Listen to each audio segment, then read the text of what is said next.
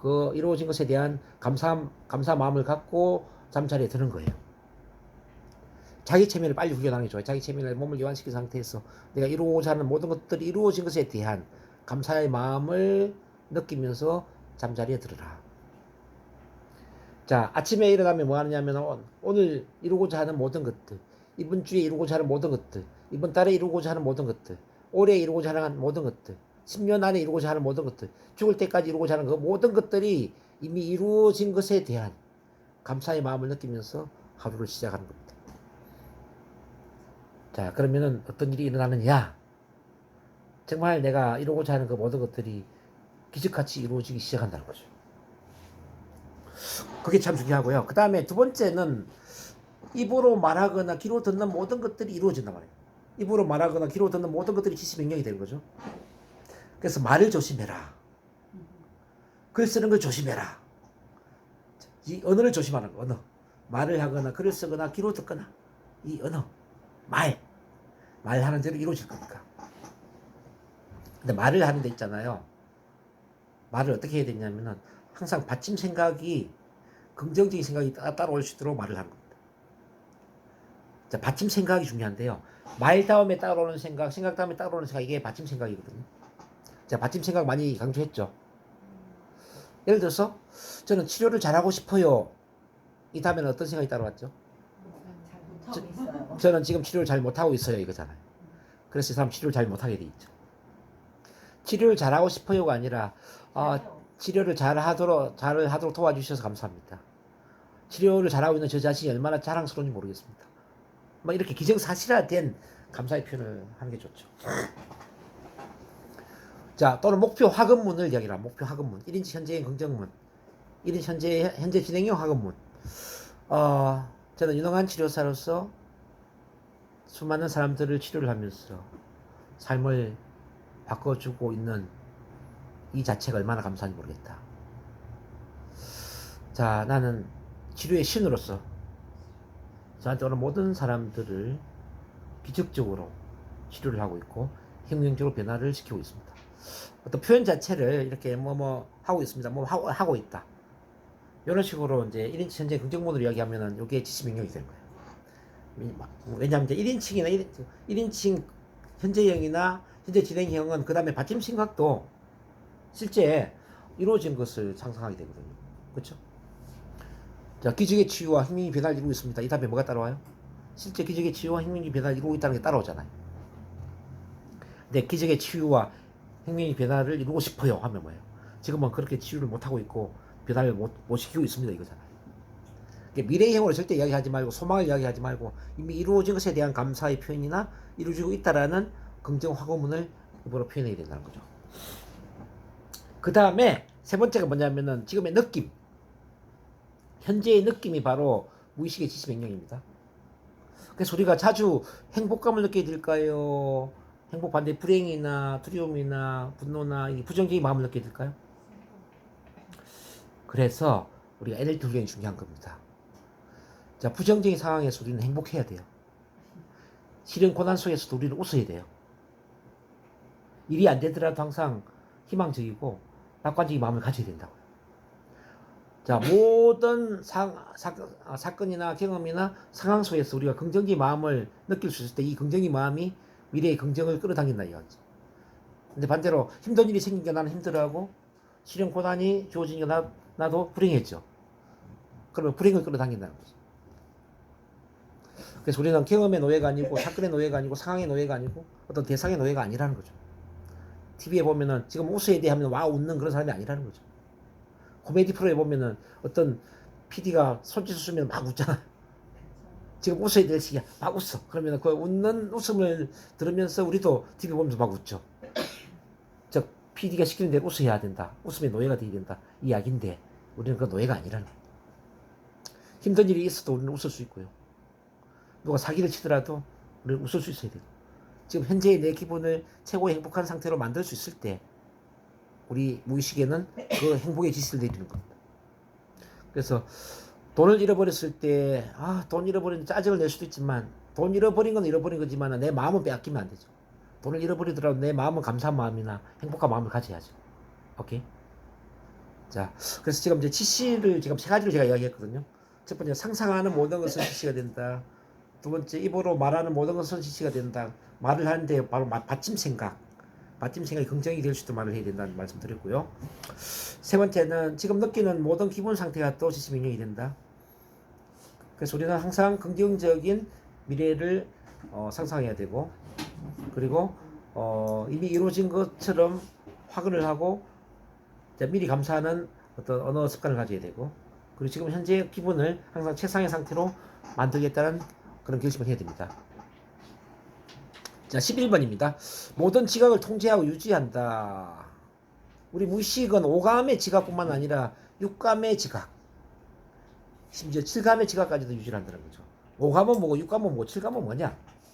5감은 여러분들 잘 아실 거예요. 5감은 뭐예요? 시각, 청각, 신체감, 후각미가 눈으로 보고 귀로 듣고 피부로 느끼고 뭐 움직임 뭐 이런 건 5감이에요.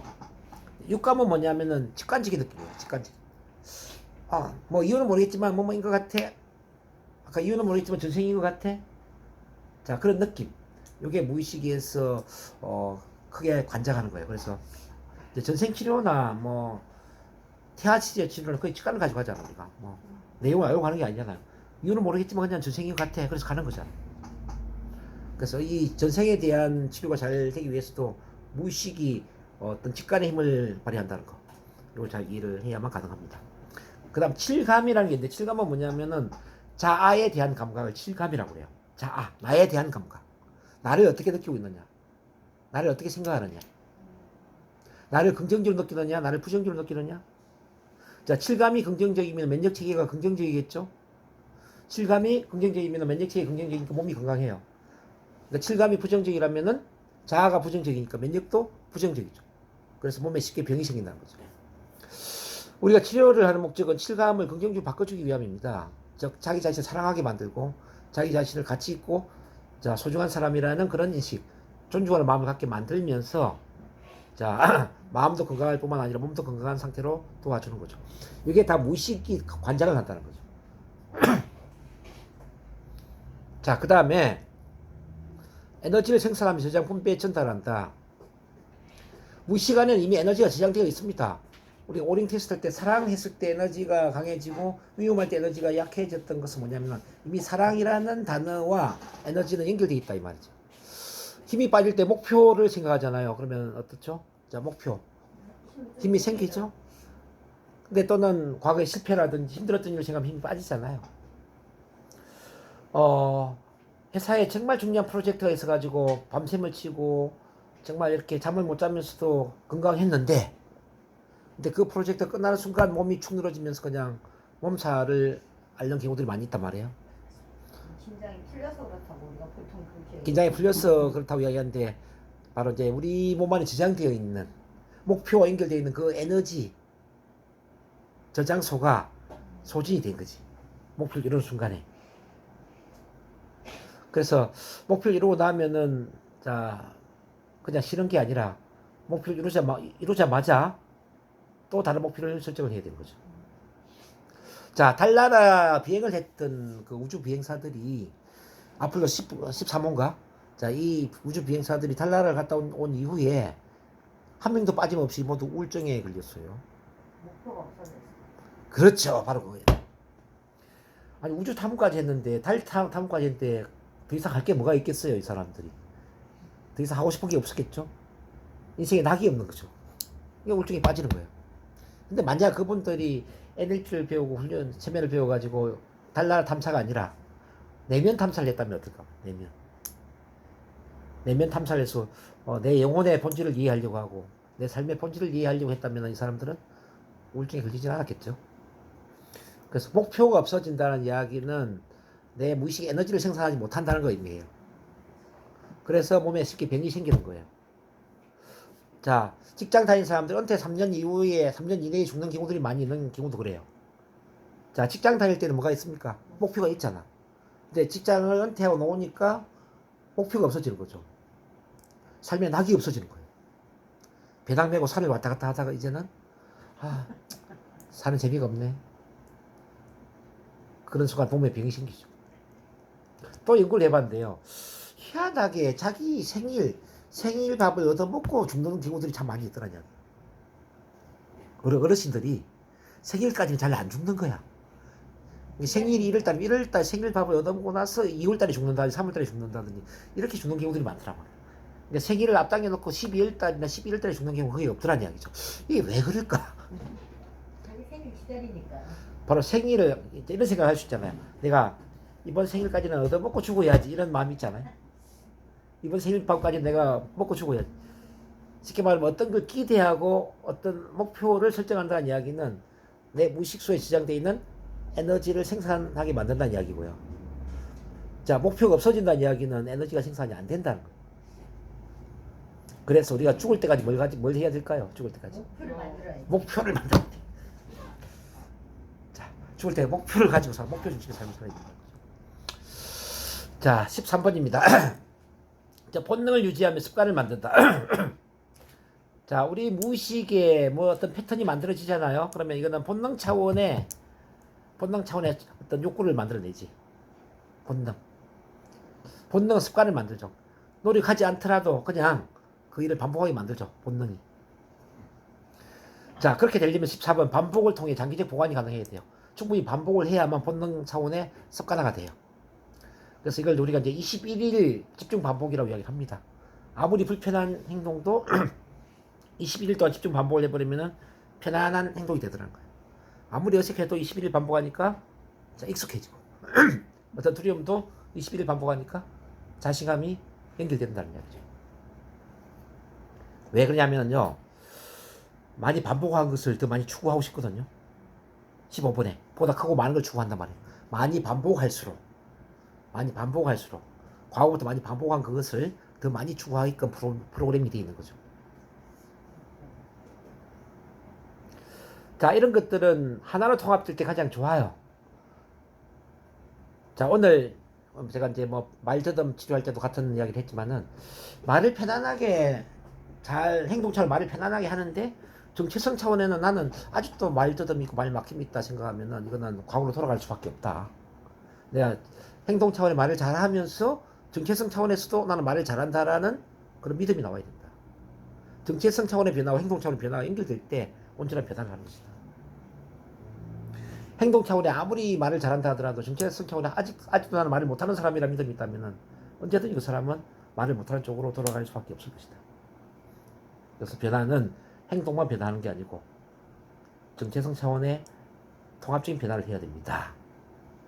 그런 이야기를 하죠.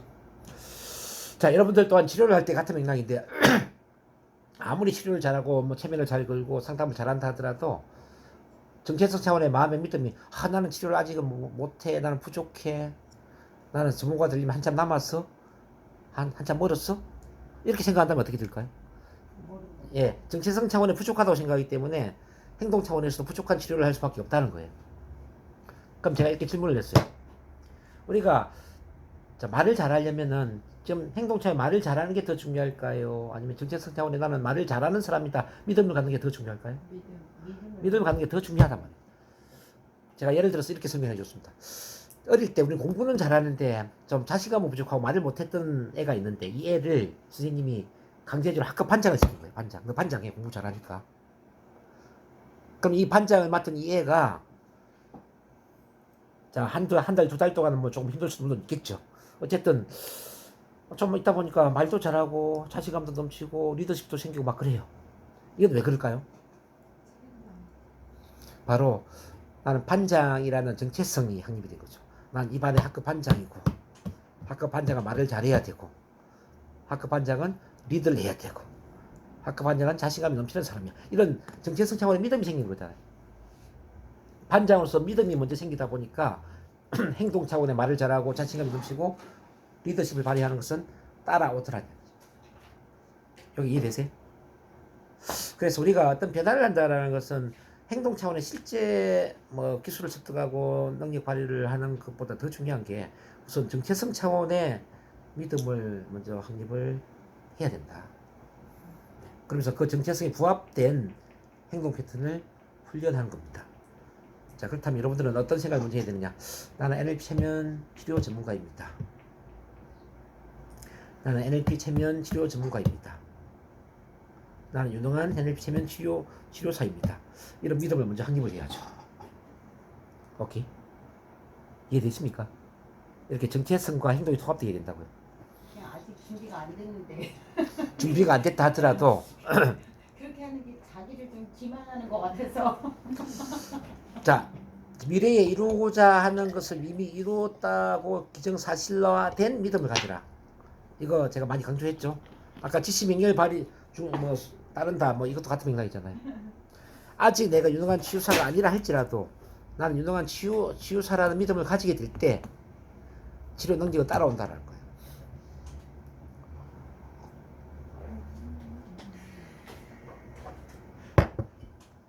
자, 어쨌든 이 통합이 되어 있는 말씀드리고요. 17번에 상징적이다. 우리 무의식은 상징을 좋아합니다. 그래서 무의식과 소통을 하려면 비유나 상징이나 메타포를 활용해서 말을 하는 게 아주 도움이 많이 될 수가 있죠. 자, 무의식과 소통하려면은 비유, 상징, 메타포를 많이 활용해라. 그래서 이제 밀턴 에릭슨 같은 경우에는 바로 이제 메타포, 상징적 이야기를 치료를 할 때 많이 활용을 하죠. 그 이야기를 들려주는 것만 가지고도 변화를 일으키죠. 이야기를 들려주는 것만 가지고도 체면에 들어가게 하고 체면적인 치유를 하고 변화를 일으킨단 말이죠. 왜냐하면 무의식은 메타포를 좋아하거든요. 상징을 좋아하거든요. 이야기를 좋아하거든요. 체면 유도를 할 때도 우리가 스토리텔링을 가지고 메타포를 가지고 체면 유도를 할 수도 있죠. 한번 잘 생각해 봐요. 어떤 이론 강의를 할 때 잘 빠져들었어요. 어떤 이야기를 들려줄 때 잘 빠져들었어요. 이야기를 할 때 잘 빠져들었죠. 네. 어릴 때 우리 그 할머니나 어머니나 옛날 이야기 해주면 귀가 솔깃하게 들리지 않아요? 네. 옛날 옛적에 선녀와 나무꾼이 있었단다. 이렇게 이야기할 때 빠져들잖아요. 왜냐하면 무의식은 이야기를 좋아하고 상징, 비유, 메타포를 좋아하거든요. 우리가 그래서 이제 지금부터 메타포의 달인이 돼야 됩니다. 아침마다 제가 보내주는 글 속에 메타포가 많이 들어있죠? 네. 그렇죠. 제가 많이 메타포를 활용해 제가 글을 보내거든요. 그런 걸 유심히 읽고 그런 것들을 기억하세요. 자, 그 다음에 모든 것을 개인적으로 받아들입니다. 이건 어떤 이야기냐면은 우리 무의식은 빈 공간을 싫어합니다. 빈 공간을 싫어하기 때문에 빈 공간을 자기만의 의미를 부여해서 빈 공간을 채우고자 합니다. 자기만의 개인적인 의미로 그 빈 공간을 채우려고 한다고요. 이게 어떤 의미냐면 좀 추상적으로, 포괄적으로 애매모호하게 말을 하잖아요. 추상적으로 애매모호하게 이야기하면은 그 애매모호한 말을 자기만의 방식으로 구체화시키려고 한단 말이에요. 무의식이 그렇게 한다는 거죠. 예, 무의식이 그렇게 한다는 거죠. 우리가 애매모호하게 말하면은 듣는 사람이 알아서 구체적으로 해석을 한다고요. 자, 이게 먼저 한번 봅시다. 삶은 쉬운 일이 아니잖아요. 자, 지금 삶은 쉬운 것이 아니잖아요. 그랬잖아요. 지금 삶이라는 게 뭐야? 구체적이에요? 추상적이에요? 추상적이죠. 삶은 쉽지가 않잖아요. 이 말 속에 우리 박영복 이사님이 생각하는 삶이나 우리 박나영 선생님이 생각하는 삶이나 삶이 같을까요? 다를까요? 달라요. 지금 삶 했을 때 아마 삶에 대한 구체적인 의미는 듣는 여러분들이 별도로 구체화시킬 거예요.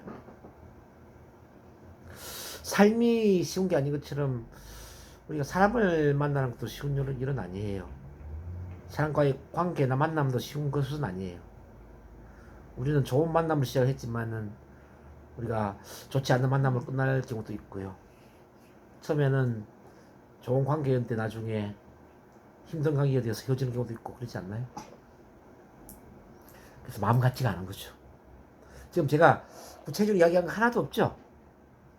막연하게 이야기를 하고 있는데 근데 만남이나 관계나 삶이나 이런 것에 대한 해석을 여러분들은 각자 다르게 하고 있단 말이에요. 개인적인 의미를 전부 개인적으로 부여하고 있다는 거죠.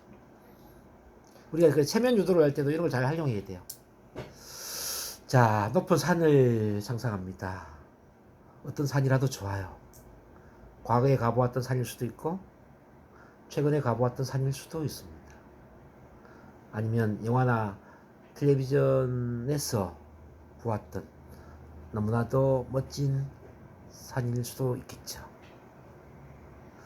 자, 그 산 봉우리에 서서 아래를 내려본다면 여러 가지 풍경들이 보일 수가 있어요. 작은 산이 보일 수도 있고, 넓은 들판이 보일 수도 있고, 또 길게 흘러가는 강물줄기가 보일 수도 있고, 이런저런 마을이 보일 수도 있을 거예요. 뭐든지 보이는 대로 상상하셔도 돼요. 지금 제가 어떻게 이야기하고 있죠? 구체적인 산을 이야기하고 있나요? 제가 지리산을 상상을 이야기 안 합니다. 설악산 이야기 안 하고 있어요. 근데 여러분들 지금 마음속에 뭘 떠올렸죠?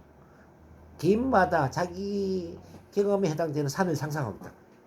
어떤 분은 뒷동산, 어떤 분은 간악산, 어떤 분은 뭐 청계산 이렇게 상상할 수 있겠죠. 우리 나영 선생님은 또 부산에 있는 금정산을 상상할 수 있을 거고, 그죠? 이게 제가 산이라고 했을 때 산을 상상하는 것은 여러분들의 몫이다 이 말입니다. 그래서 우리가 체면 유도를 할 때도 이렇게 이제 막연하게 유도를 하면은 듣는 분들이 알아서 다 상상을 하죠. 자, 바다도 마찬가지. 넓은 바다를 상상해 봅니다.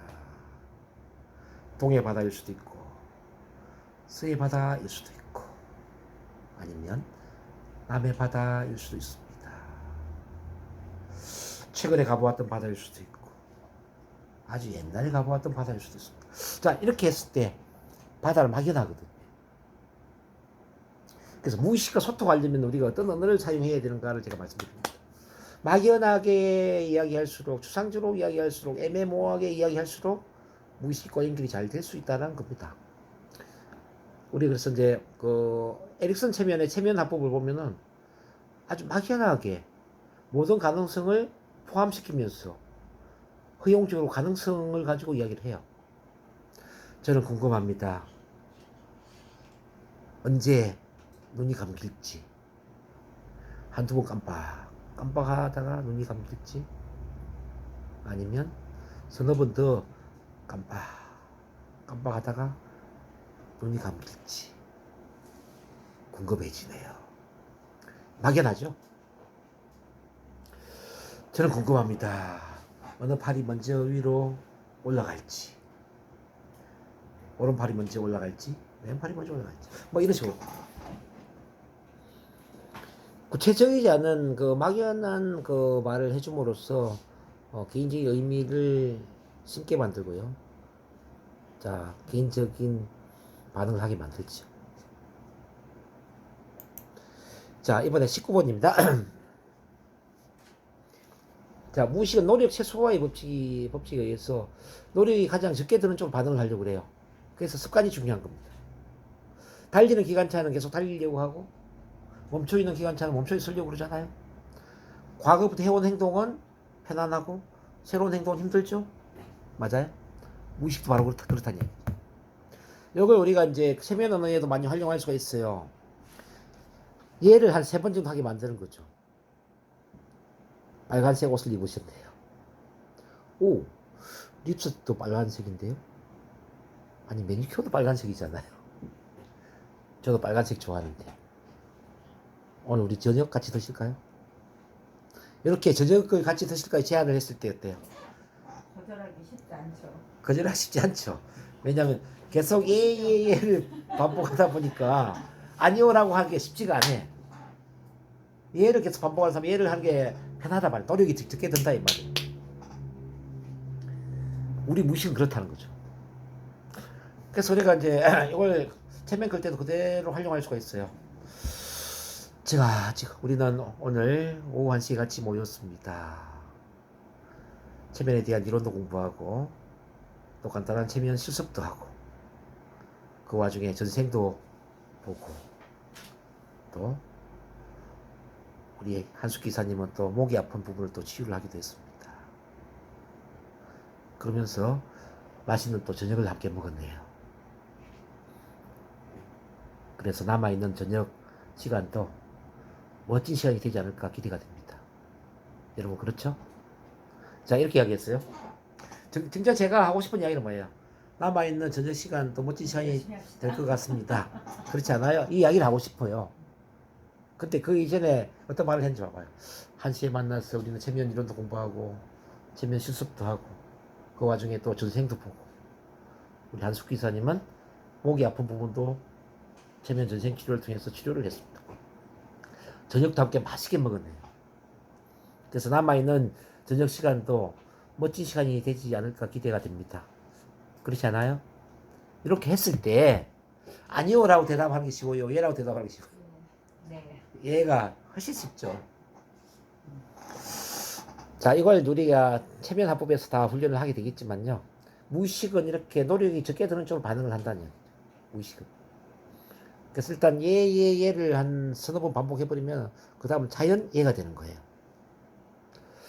자, 그래서 제가 얘라고 할 수 있는 걸 한두 번 이야기하면 내가 유도를 한번 생각을 해봐요. 자, 얘, 그리고 이끌기.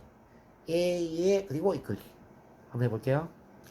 자, 지금 제 목소리를 들으면서 편안하게 눈을 감게 되면 깊은 이완감을 느끼게 될 것입니다.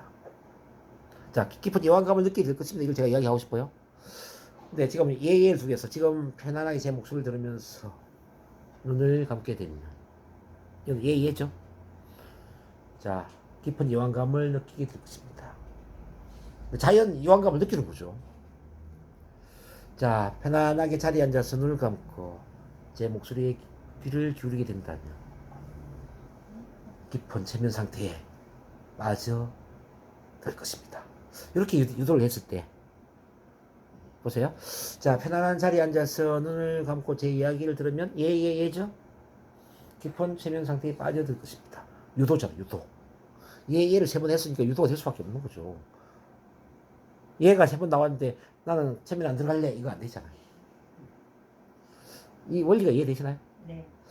이런 걸 이제 여러분들이 잘 이해를 되고 이제 그래서 우리가 그 이야기를 할 때도 평소에 그러니까 체면을 걸지 않고 이야기할 때도 얘라고 이야기할 수 있는 걸 한 세 가지 정도를 이야기하고 그 다음에 내가 어떤 부탁을 하거나 제안을 하는 거예요. 그럼 대부분 얘가 될 수 있어요. 일단 이런 거죠. 오늘 이제 저녁을 같이 먹고 싶어. 저녁 우리 먹었지만 오늘 우리 1시에 같이 만났잖아요. 그리고 체면 공부도 하고 또 체면에 걸리기도 하고 또 서로 걸어주기도 하고 우리 재밌게 보냈잖아요. 그죠? 또 저녁도 저녁 아니 중간중간에 또 우리 쉬는 시간에 개인 이야기도 주고받고 참 많이 친해진 것 같은데요. 그래서 저녁 식사 같이 하면 어떨까 싶어요. 라고 이야기를 한 거죠. 이미 그러니까 뭐 1시에 만나서 체면도 걸고 또 체면 걸리기도 하고 또 중간중간 개인 이야기도 주고받고 이렇게 친해졌습니다. 예잖아요. 이런 이야기를 하면서 우리 저녁 식사 같이 하면 어떨까요? 이렇게 제안을 했을 때 누가 거부를 하겠냐고요. 이거 뭐 저기 사기꾼들이 많이 쓰는 정보 같은데요. 거절하지 못하도록. 이 무의식의 패턴을 이제 활용하는 거죠. 노력 최소화의 법칙. 노력 최소화의 법칙. 그래서 이제 우리가 여기 거절을 하려면은 다시 용기를 내고 힘을 내야 되는 것처럼 우리 패턴을 바꾸는 것도 마찬가지예요. 술을 계속 많이 마신 사람은 계속 술을 많이 마시게 되고요.